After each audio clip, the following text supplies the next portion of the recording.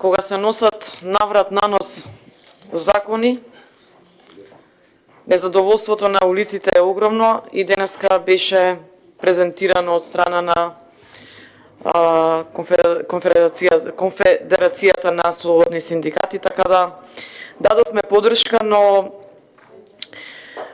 даваме подршка и на нивните барања со дебата во ова собрание.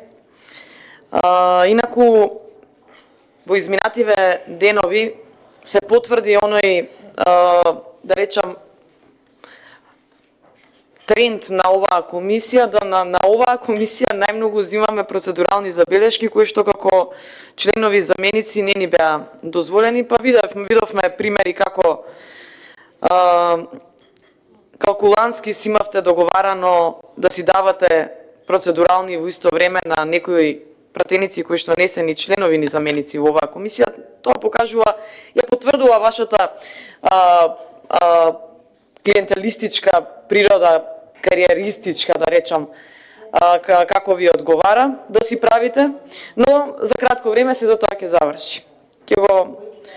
Така да, пред да направите, предходно имаше најава на колешке Калевска, ако сте испровоцирани од мојата дебата, може да си побарате стенографски белешки или снимки од минатите комисии.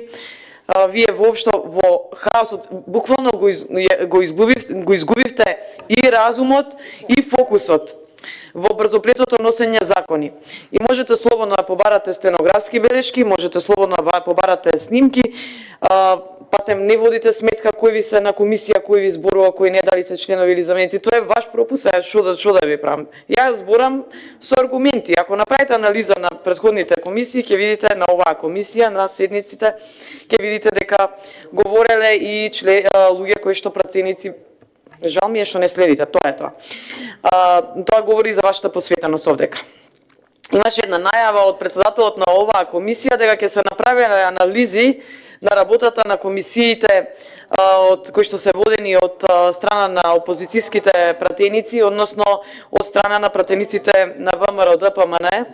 Па пред да си направите таква анализа, јас ви препорачувам да си се погледнете во огледало прво самите себе.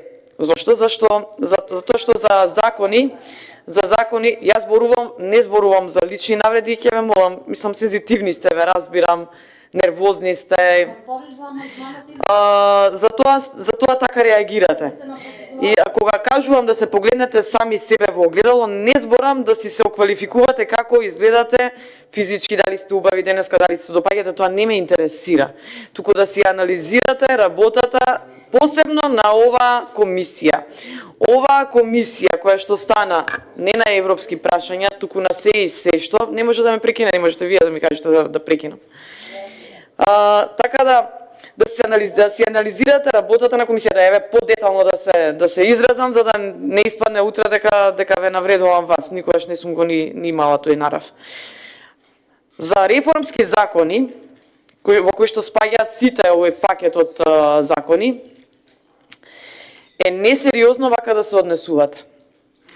Затоа што изминативе години додека сте на власт, вие не можевте да се договорите да имате консензус, а требаше да има консензус од сите партии за овие закони. Тоа е препораката на Европската Унија, на Европската комисија. Вие не можевте да се договорите за тоа што колку пати прашате си во владата ваша, се поднесуваа овие закони, се повлекуваа. Пак се поднесува, пак се повлекува. И сега се китите или се перчите, да кажам, вие од Алијансата на албанците, дека вашиот министер издействувал да бидат ставени овие закони на дневен ред. Па како издействува, да ве подсетам? Вашиот министер мораше да даде услов кон оваа влада, во која што сте и вие кираџи, за жал, да даде услов дека нема да поднесе оставка од владата. Не знам, при тоа требаше да му биде објаснато дека кога се има оставка премиерот во владата е автоматски целосно во оставка, требаше да поднесе услов дека нема да поднесе оставка за да бидат ставени законите на дневен ред и имаме ветено, сигурна сум, на првата можност, првата седница ќе бидат ставени овие закони, ама ги поднесовте како влада со европско знаме. што се усогласува од овие закони со која европска регулатива, директива, па да ги поднесете со европско знаме. Зборувам за законите и за амандманите. Барем моја препорака да си ја продолжевте она пракса на ваше владеачко мнозинство во собранието, барем да одржавте јавна дебата, лице да направевте на синдикатите. Затоа што до сега покажавте дека одржувате јавни дебати, проформа, потоа заклучоците и не ги вметнувате во законските решенија, многу пати изманипулиравте, многу луѓе оставивте така на цедило, но сега барем можевте, таа пракса да задржите, одржете јавна дебата, вие како и да е немаше да ги ставите заклучоците или забелешките од страна на синдикатите во законите. Јас до вас, колеги од СДСМ, имам само една порака. Тешко е да си кираџија во својата куќа. Вие се доведовте во состојба да бидете кираџии во својата куќа. Уште еднаш, владата ја диригира работата на собранието. И во онаа рашомонијада од пораки за комисијава, колку пати ќе прекине, ќе продолжи, човек крај не може да фати. Си го истуркавте сето она да во рок од 2 дена за реформски закони, за низа забелешки од Европската комисија, дека не треба да се носат со европско знаме, успеавте наврат на нос да ги протуркате. Генерално, нема потреба односење, еве за овој закон зборувам, за закон за стручно усовршување, за амандманот. Колешке, јас вас не ви го имам слушнато гласот во ова собрание да зборувате и имате одговорност кон ќе прекинете низе, па потоа, затоа што веќе од кога ќе ми спровоцира, веќе е касна вашата реакција.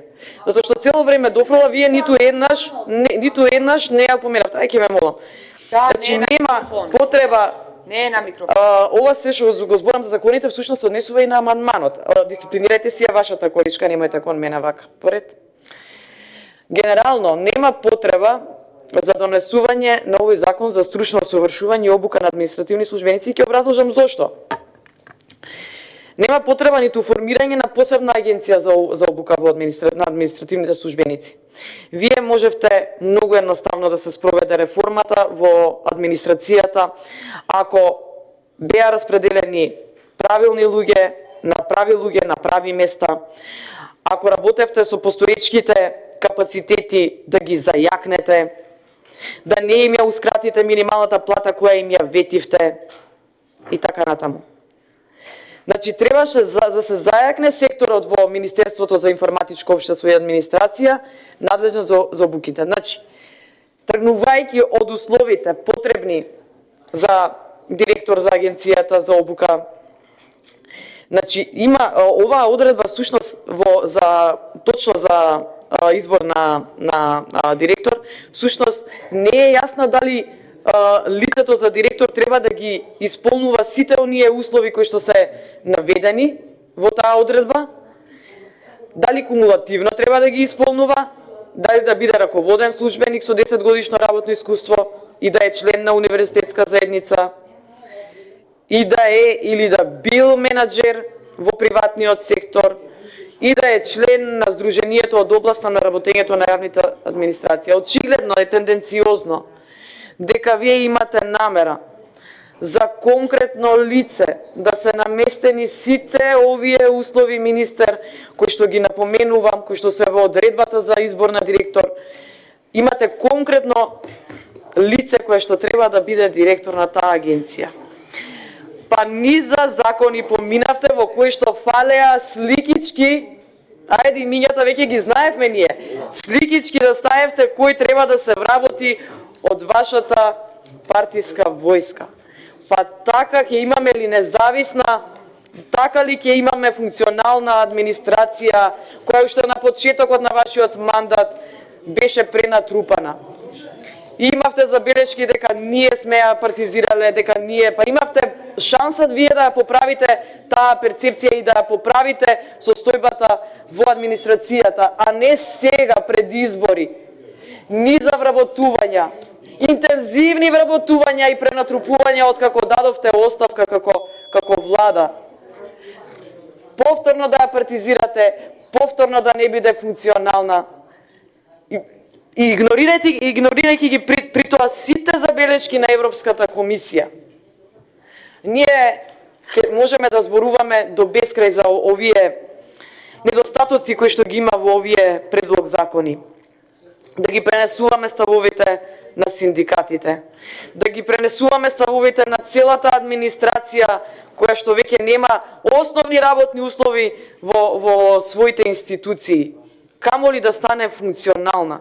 Па гурнисавте цел систем го гурнисавте. Како ќе се поправи? Дефинитивно. Заслужува внимание секоја дебата овдека во ова собрание. Немојте на лични препукувања како што пробавте денеска. Едноставно бидете доблесни, прифатете ги забелешките на синдикатите и повлечете се од оваа ваша намера. Нема да ви помогнат прекумерните вработувања да ги добиете следните избори. Нема. Народот ќе ви даде, ќе ви одржи лекција како што во животот не сте ја добиле, да знаете. А вие продолжете си, денеска ќе го истуркате денот, тактизирате дали до 6 ќе се работи, дали до 12 ќе се работи, вие сте решени и ќе го истуркате едноставно, мнозинство сте. Но за ова треба да има одговорност и ќе има одговорност. Јас тука би завршила, слободно, како што сте намериле да го истуркате процесов,